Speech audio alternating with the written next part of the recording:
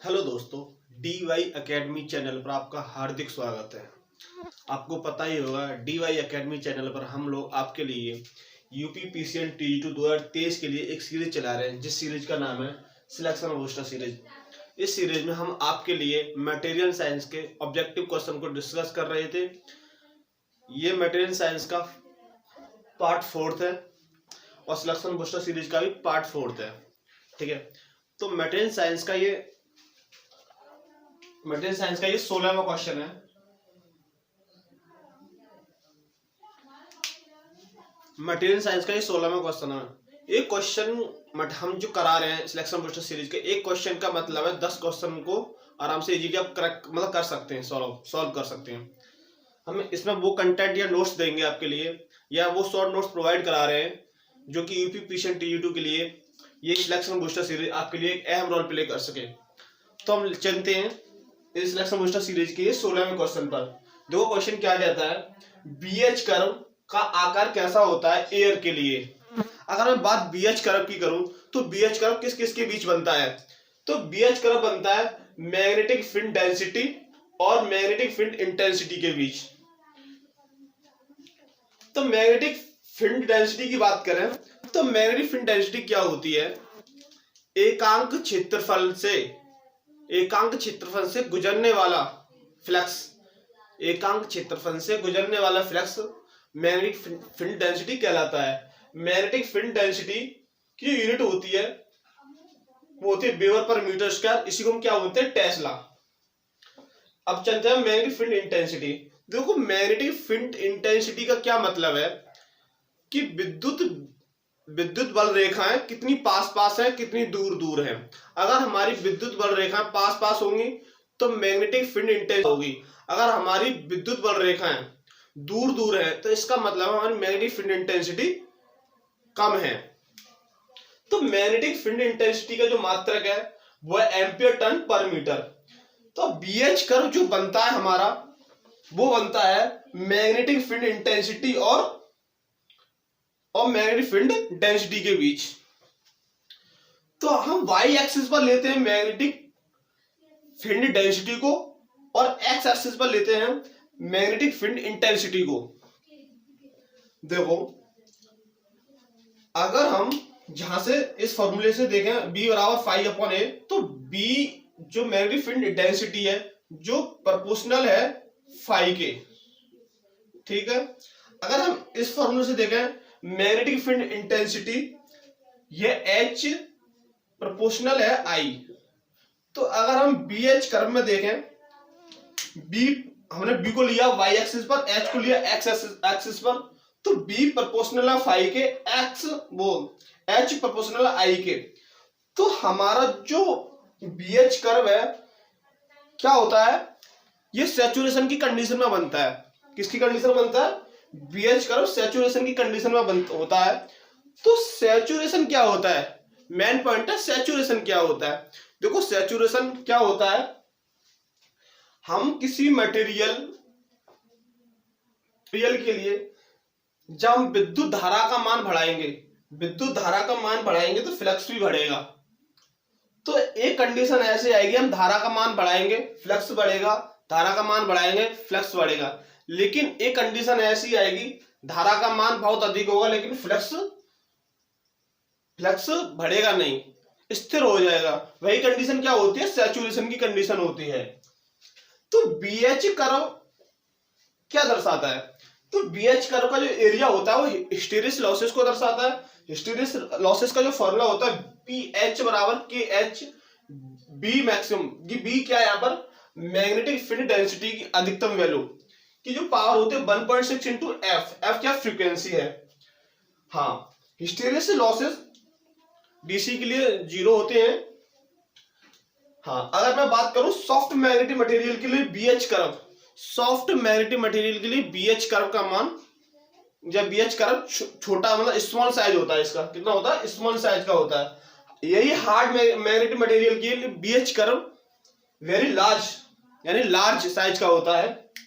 तो हम इस बात से हम पता कर सकते हैं कि सॉफ्ट मैग्नेटिक मटेरियल में हिस्टेरिस लॉसेस कम होते हैं और हार्ड मैग्नेटिक मटेरियल में हिस्टेरिस लॉसेस अधिक होते हैं।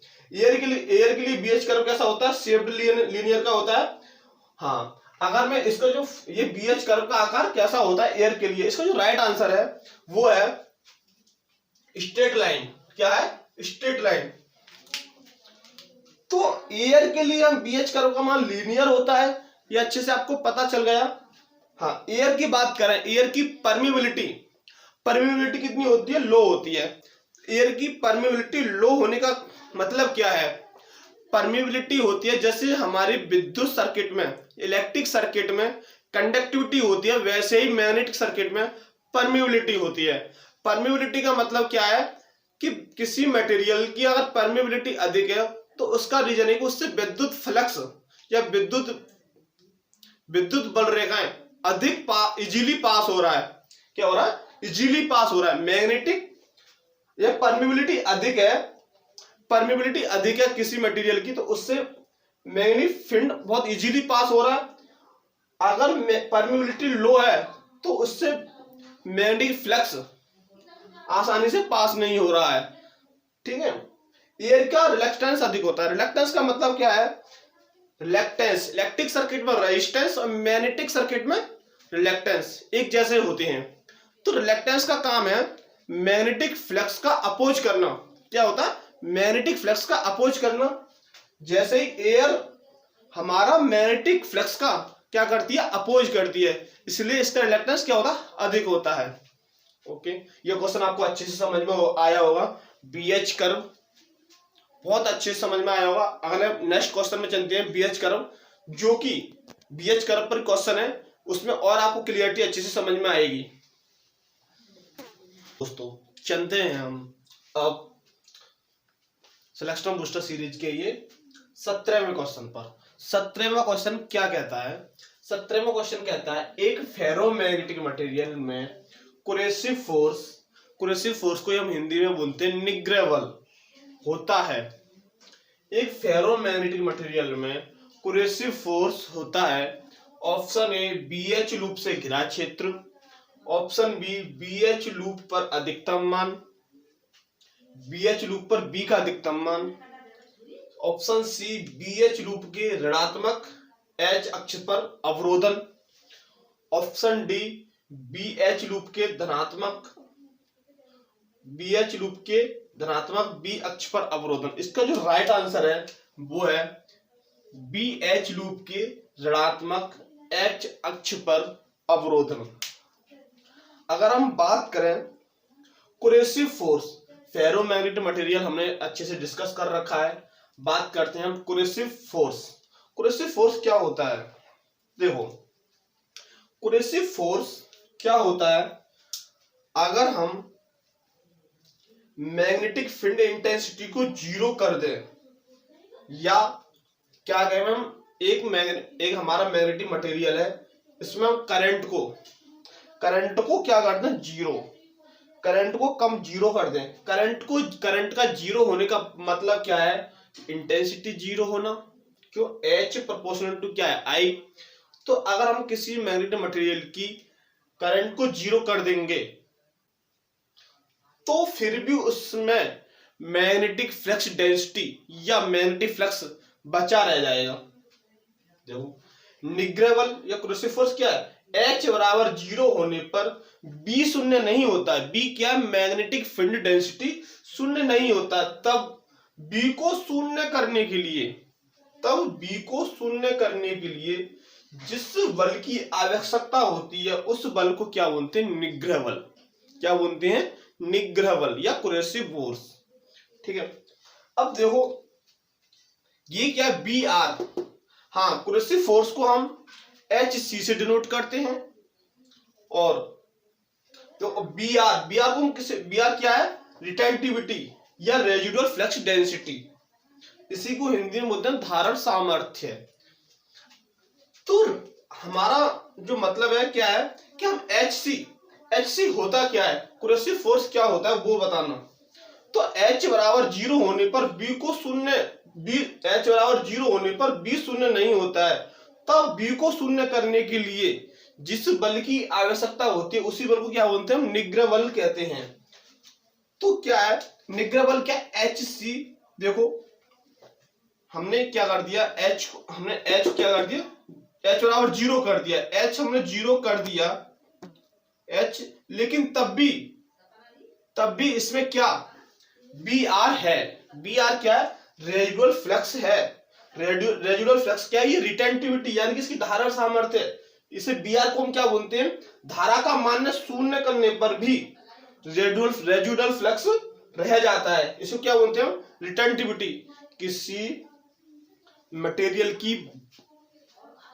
किसी मटेरियल का वह गुण जिसमें रेजिडुअल मैग्नेटिक फ्लक्स रह जाता है, उसी को क्या बोलते हैं हम, रेजिडुअल फ्लक्स डेंसिटी, इसे बोलते हैं रिटेंटिविटी। तो क्या है, हमने H को 0 कर दिया लेकिन Br 0 नहीं हो रहा है, तो Br को हम क्या करेंगे, ऋणात्मक का मतलब है ऋणात्मक H अक्ष पर, यानी कि ये H अक्ष, ये H अक्ष मतलब X अक्ष को मानना है, इसने H अक्ष, जो H पर हमने H के यहाँ पे हमारी मैग्नेटिक फील्ड इंटेंसिटी, तो हमने H को H अक्ष पर लिया है H, इसको ऋणात्मक अवरोधन का मतलब क्या है, इधर लाने पर जो बल की आवश्यकता होती है, B को 0 करने के लिए जिस बल की आवश्यकता होती है, क्या उसे बोलते हैं कोरेसिव फोर्स या कोरेसिविटी। आपको यह अच्छे से समझ में आया होगा कोरेसिव फोर्स क्या होता है। अगर मैं बात करूं हार्ड मैग्नेटिक मटेरियल, तो हार्ड मैग्नेटिक मटेरियल में कोरेसिविटी और रिटेंटिविटी दोनों ही क्या होती है, हाई होती हैं, और सॉफ्ट मैग्नेटिक मटेरियल में कोरेसिविटी और रिटेंटिविटी दोनों ही लो होती हैं। ये क्वेश्चन आपको अच्छे से समझ में आया होगा, बहुत बेहतरीन क्वेश्चन है, एग्जाम में ये बार बार पूछा जाता है।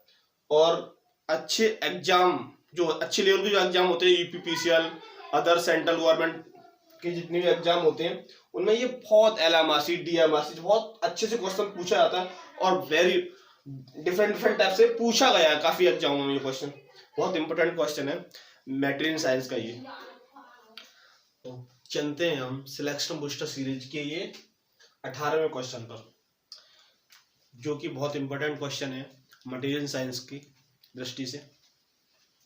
तो एक मैग्नेट क्या क्वेश्चन क्या कहता है, एक मैग्नेटिक मटेरियल की लो रिटेंटिविटी किंतु हाई परमेबिलिटी वाले मैग्नेटिक मटेरियल कहलाते हैं।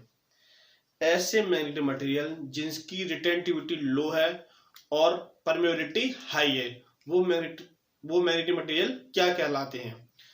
तो ऑप्शन दे रखा है, option A electromagnetic materials, option B permanent magnetic material, option C weak magnetic materials, option D A और सी। इसका जो राइट आंसर है वह electromagnetic materials. Electromagnetic materials retentivity की हमने पिछले वाले क्वेश्चन में डिस्कस किया था। अब बात करते हैं परमेबिलिटी। परमेबिलिटी क्या होता है, पदार्थ का वह गुण जिससे आसानी से फ्लक्स पास करा दे। पदार्थ का वह गुण जिससे फ्लक्स को आसानी से या फ्लक्स पास कर दे, ठीक है। अगर मैं परमेबिलिटी की यूनिट की बात करूं तो इसकी यूनिट जो होती है हेनरी पर मीटर होती है। परमेबिलिटी हाई होने का मतलब क्या है कि फ्लक्स आसानी से पास हो जाता है, और परमेबिलिटी लो तो फ्लक्स आसानी से पास नहीं होगा। अब चलते हैं इलेक्ट्रोमैग्नेटिक मटेरियल्स क्या होती हैं। देखो, इलेक्ट्रिक मैग्नेटिक मटेरियल वह पदार्थ करंट देने पर मैग्नेट की तरह व्यवहार करते हैं, करंट हटाने पर मैग्नेट की तरह व्यवहार नहीं करते। क्या होते हैं, वह पदार्थ करंट देने पर मैग्नेट बन जाते हैं, करंट हटा दो तो मैग्नेट की तरह व्यवहार नहीं करते हैं। इन इलेक्ट्रोमैग्नेटिक मटेरियल की एक क्वालिटी और है, इनका जो बीएच कर्व है, वो जो बीएच कर्व का जो साइज होता है वो स्मॉल होता है। इनकी रिटेंटिविटी और कोरेसिविटी फोर्स लो होता है, हिस्टेरिसिस लॉसेस स्मॉल होते हैं। इलेक्ट्रोमैग्नेटिक मटेरियल कहाँ यूज होते हैं, ये एसी एप्लीकेशन के लिए यूज किए जाते हैं, जैसे ट्रांसफार्मर में यूज होता है। ट्रांसफार्मर जो कोर बनाई जाती है, सिलिकॉन स्टील, कार्बन स्टील। इसी तरह चलते permanent magnetic materials. Permanent magnetic materials क्या होते हैं? वह पदार्थ जिसको करंट देने पर वो चुंबक बन जाते हैं और करंट को हटाने पर भी वो चुंबक बने रहते हैं। करंट को हटाने पर भी वह चुंबक बने रहते हैं। तो परमानेंट मैग्नेटिक मटेरियल की क्या क्वालिटी है? बीएच कर्व जो लार्ज होता है, रिटेंटिविटी और कोरोसिविटी फोर्स हाई होता है, हिस्टेरिस लॉसेस अधिक होते हैं। इनका जो यूज होता है परमानेंट मैग्नेट का, ये होता है परमानेंट मैग्नेटिक मूविंग कॉइल। एक तुम्हारा मेजरमेंट में एक इंस्ट्रूमेंट है परमानेंट मैग्नेटिक मूविंग कॉइल। तो मूविंग कॉइल में यूज किया जाता है और डीसी मशीन में यूज करते हैं। ये एल-निको का बना होता है, एल्युमिनियम निकल कोबाल्ट का परमानेंट मैग्नेटिक मटेरियल। ये क्वेश्चन आपको अच्छे से समझ में आया होगा, काफी इंपॉर्टेंट क्वेश्चन है सिलेक्शन बूस्टर सीरीज का, ये मटेरियल साइंस की दृष्टि से। हेलो दोस्तों, चलते हैं हम सिलेक्शन बूस्टर सीरीज के ये 19वें क्वेश्चन पर। देखो 19वां क्वेश्चन क्या कहता है, एक मटेरियल की डाइलेक्ट्रिक स्ट्रेंथ किस पर निर्भर करती है? Temperature, thickness, moisture content, all of this. इसका जो राइट आंसर है वो है ऑल ऑफ दिस। जो हमारी डाइलेक्ट्रिक स्ट्रेंथ है वो हमारी टेम्परेचर पर भी निर्भर करती है, थिकनेस पर भी करती है और मॉइस्चर कंटेंट पर भी करती है। अगर हम डाइलेक्ट्रिक स्ट्रेंथ की बात करें कि डाइलेक्ट्रिक स्ट्रेंथ होता क्या है, तो डाइलेक्ट्रिक स्ट्रेंथ क्या होता है? वह अधिकतम विद्युत क्षेत्र जो कोई इंसुलेटिंग मटेरियल को बिना ब्रेक डाउन हुए सहन कर सकता है, उसे क्या बोलते हैं? Dielectric strength. डाइलेक्ट्रिक स्ट्रेंथ क्या होता है? वह विद्युत क्षेत्र जिसे कोई इंसुलेटिंग मटेरियल बिना ब्रेक डाउन हुए आसानी से सहन कर सकता है, वह क्या होती है? Dielectric strength. डाइलेक्ट्रिक स्ट्रेंथ कहते हैं। या डाइलेक्ट्रिक स्ट्रेंथ को एक और डेफिनेशन में कह सकते हैं कि डाइलेक्ट्रिक स्ट्रेंथ क्या होती है। अगर ये दूसरी डेफिनेशन क्या कहती है? किसी बॉन्डेड डिफरेंस पर 1 mm मोटी इंसुलेटिंग मटेरियल की परत पंचर हो जाए। किसी विद्युत बॉन्डेड डिफरेंस पर या किसी बॉन्डेड डिफरेंस पर 1 mm मोटी इंसुलेटिंग मटेरियल की परत पंचर हो जाए, उस मटेरियल की क्या होती है? वो डाइलेक्ट्रिक स्ट्रेंथ कहलाते हैं। Dielectric strength. देखो अगर हम डाइलेक्ट्रिक लॉस की बात करें, एक डाइलेक्ट्रिक मटेरियल होता क्या है?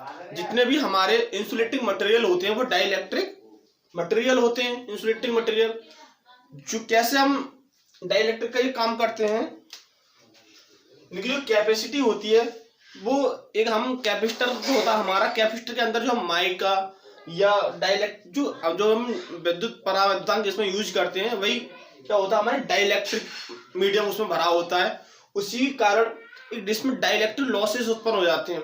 तो dielectric losses V square 2 pi FC tan theta, tan del, ये थीटा या tan डेल मान लो, ये डेल क्या है? यहाँ पे लॉस एंगल है। अगर हम C की value epsilon A upon D लगा दें तो डाइलेक्ट्रिक लॉस जो होते हैं V square 2 pi F epsilon A tan del upon D। D क्या है? हमारी ये प्लेटों की बीच की दूरी है किसी कैपेसिटर की। A क्या है? प्लेटों का क्षेत्रफल। F क्या है? हमारी AC करंट की फ्रीक्वेंसी। E क्या है? पराविद्युतांक। V स्क्वायर क्या है? Supply voltage.